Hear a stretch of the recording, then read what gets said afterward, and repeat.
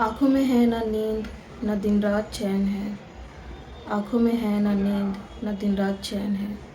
सवालों से घिरे हम, ये मन बेचैन है।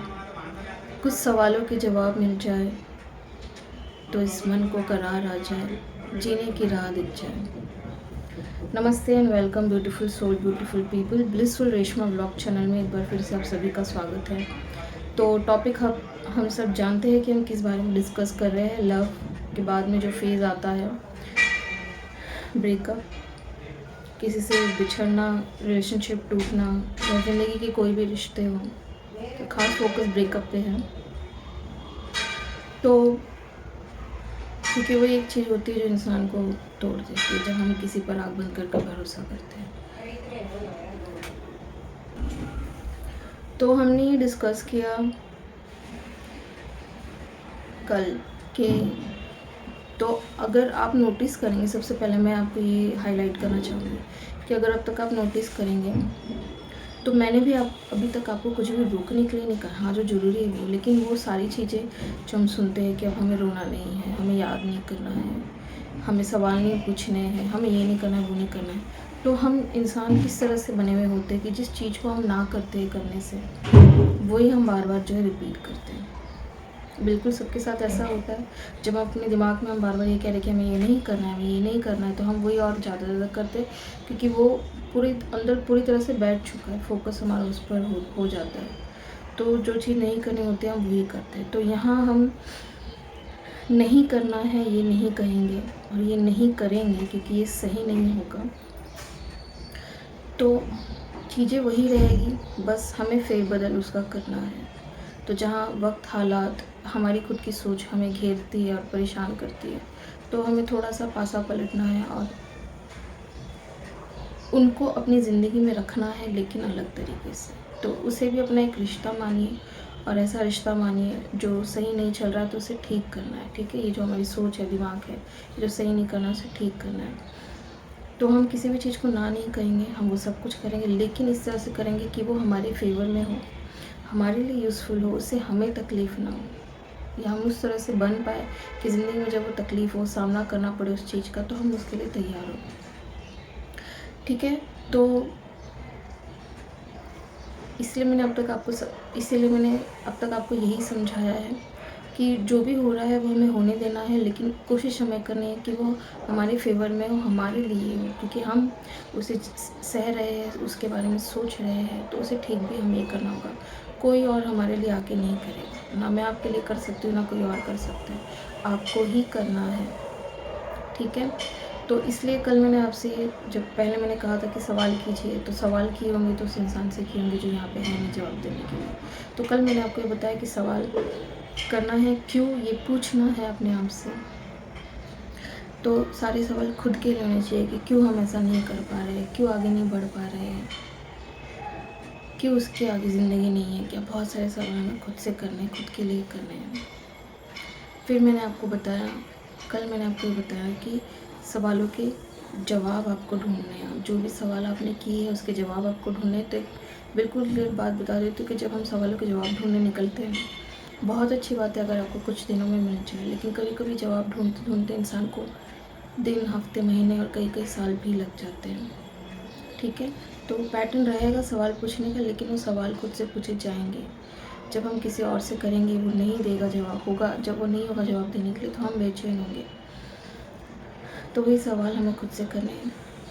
एक लाइफ में वो एक पॉइंट आएगा जब आप खुद से ये कहोगे कि इन सवालों के जवाब देना इतना ज़रूरी नहीं है, या फिर आप उन जवाबों को ढूंढ चुके होगे खुद से। ठीक है, तो जवाब आपको ढूंढने हैं। जो भी सवाल आपने खुद से किए हैं उनके क्या जवाब है। मैं आपको जवाब नहीं दे पाऊँगी क्योंकि सिचुएशन आपकी, हालात आपके, दर्द आपका है, तो आप बेहतर समझ सकते हैं। आपने खुद से क्या सवाल किए अपनी लाइफ को इम्प्रूव करने के लिए, वो आप जानते हैं। तो उसका जवाब भी आपको ढूंढना है। हाँ, फ्यूचर में कुछ ट्रिक्स मैं बताऊँगी जो हेल्प कर सकेंगे इन चीज़ों को समझने, जानने और करने के लिए। ठीक है, तो अब हम थोड़ा सा और आगे चलते हैं। तो ब्रेकअप का, या जब दिल टूटता है, प्यार को हम दिल से कनेक्ट करते हैं, जो मैं ऑलरेडी बहुत पहले आपको बता चुकी हूँ कि उसका कोई कनेक्शन नहीं होता है, लेकिन फिर भी, तो जब दिल टूटता है, कोई इंसान दूर हो चुका है, ब्रेकअप हो चुका है, तो एक तो ये होता ही है कि उससे हम सवाल किए जा रहे हैं, उसे याद किए जा रहे हैं, उसके लिए रो रहे हैं। और एक चीज़ ये भी होती है, हम बार बार लगातार ये सोचते रहते हैं वो क्या कर रहा होगा, वो क्या नहीं कर रहा होगा, क्या उसने मेरे बारे में सोचा होगा। उसका स्टेटस देख लो, उसका डीपी देख लो, तो आप हर 2 सेकंड में जब भी आप फ़ोन उठाओगे हाथ में या व्हाट्सअप ऑन करोगे तो सिर्फ उसको ही देखने के लिए करोगे। उसका लास्ट सीन क्या है, उसने उसने क्या स्टेटस रखा हुआ है, उसकी डीपी क्या है, क्या वो सैड है कि या उसकी लाइफ में क्या चल रहा है, कहीं वो आगे तो नहीं बढ़ गया, न जाने कितने सवाल होते हैं। तो फिर से वही बात आती है कि हमें नहीं देखना है, कि अगर आप बार बार व्हाट्सअप चेक कर रहे हो उसका, तो हमें नहीं देखना है। तो मैं आपको ये सलाह नहीं दूँगी, क्योंकि मैं जानती हूँ उस फेज़ में वो बहुत ही मुश्किल होता है। किसी चीज़ को हम करने के लिए खुद को रोकेंगे, बहुत अच्छी बात होती है खुद को कंट्रोल करना, लेकिन लाइफ में कभी कभी कुछ सिचुएशन ऐसी होती है जहाँ कंट्रोल ना रखना ही सही होता है, क्योंकि वो हमारे फ्यूचर के लिए, हमारे आगे के लिए ठीक होती है। क्योंकि अंदर कुछ भी रह गया तो बाद में तकलीफ़ देगा। ठीक है, तो जब उस आप फेज़ से गुजर रहे, रो रहे, दुख में हैं, तो मैं कहूँगी कि देख लीजिए लास्ट सीन, देख लीजिए डीपी, देख लीजिए स्टेटस। क्यों? एक पॉजिटिव साइड रखते हुए देखिए इसे। हो सकता है कि जब आपको देखो, स्टेटस वगैरह उसका देखो, तो आपको वो सच्चाई दिख जाए जो आप नहीं देख पा रहे थे या देखना नहीं चाह रहे थे। उस बार इंसान के बारे में पता चल रहा है, तो जब खुद को ये मालूम चलेगा कि वो इंसान अपनी ज़िंदगी में आगे बढ़ चुका है, वो हम ही है जो बैठकर रो रहे हैं उसके लिए और दर्द में, तकलीफ़ में है, तो हमें एक हौसला मिलेगा आगे बढ़ने का। जब हम जानते हैं इंसान आगे बढ़ गया है, या हो सकता है उसकी लाइफ में कोई और आ गया है, वो हैप्पी है, उसे कोई तकलीफ़ नहीं है, तो वो देखकर आपको कहीं न कहीं ये एहसास होगा कि अब मेरी भी बारी आगे बढ़ने की, मुझे भी आगे बढ़ना है। तो ठीक है, तो इस सोच को रखते हुए हमें जो है, आप देखना चाहते हो देखिए। बाद में धीरे धीरे इस चीज़ को हम कम करेंगे। ये जो एक एक्चुअली एक पॉइंट ऐसा आएगा कि आप खुद ही देखना बंद करोगे। मतलब ऐसे होता है क्योंकि वो नया नया फेज़ है। जब ऐसा होगा कि आप उसका लास्ट सीन वगैरह देख रहे हो, तो जो पहला दिन होगा उसमें हो सकता है आप 100 बार देखो, दूसरे दिन हो सकता है आप 99 टाइम्स देखो, तीसरे दिन हो सकता है 95 टाइम्स देखो उसका व्हाट्सअप, या वो मुझे कॉल करेगा या मैसेज करेगा, या जो भी वो ऑनलाइन कितने बजे आया है, क्या किया है, उसने स्टेटस क्या डाला है, वो किससे बात कर रहा होगा। तो जो भी 99% होगा, 95 होगा, 90 होगा, 80 होगा, तो धीरे धीरे जैसे हफ्ते, 2 हफ्ते, महीने गुजरेंगे, तो जहाँ पहले दिन उसका व्हाट्सअप 100 बार चेक कर रहे थे, वही 1 महीने बाद हो सकता है आप 15 या 20 बार करो। तो वो चीज़ें धीरे धीरे कम होगी, क्योंकि वो तकलीफ़ से हम धीरे धीरे हटेंगे, वो लगाव कम होगा, वो जो आदत हमने डाली थी बार बार चेक करने की, वो अपने आप कम होगी। और इस बीच हमारे लिए ये अच्छा होगा कि जब हम ये जान पाएंगे कि इंसान आगे बढ़ चुका है, उसे कोई फ़र्क नहीं पड़ रहा है, तो उससे हमें और भी हौसला मिलेगा आगे बढ़ने का। तो मैं आपसे ये नहीं कहूँगी कि मत देखो लास्ट सीन, मत स्टॉप करो उसको बार बार, ये वो जब आप उस फेज़ में हैं, आप देखना चाहते हैं, देखिए, अच्छी बात है।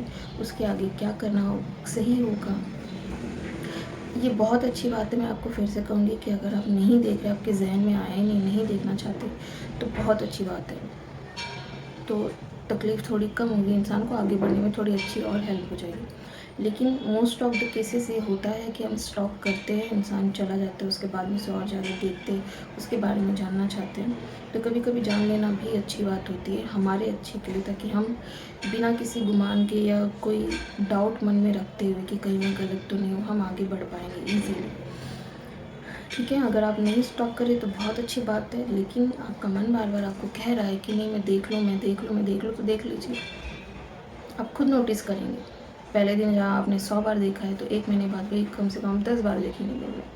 और धीरे धीरे एक ऐसा भी फेज़ आएगा, क्योंकि इस वक्त में अगर हमने खुद को रोका, तो बाद में फिर हम वो चीज़ें करेंगे। हो सकता है मैं अपनी ज़िंदगी में तो काम में तो आगे बढ़ जाऊँगी, लेकिन दिमाग में वहीं पर ही बैठी रहूँगी।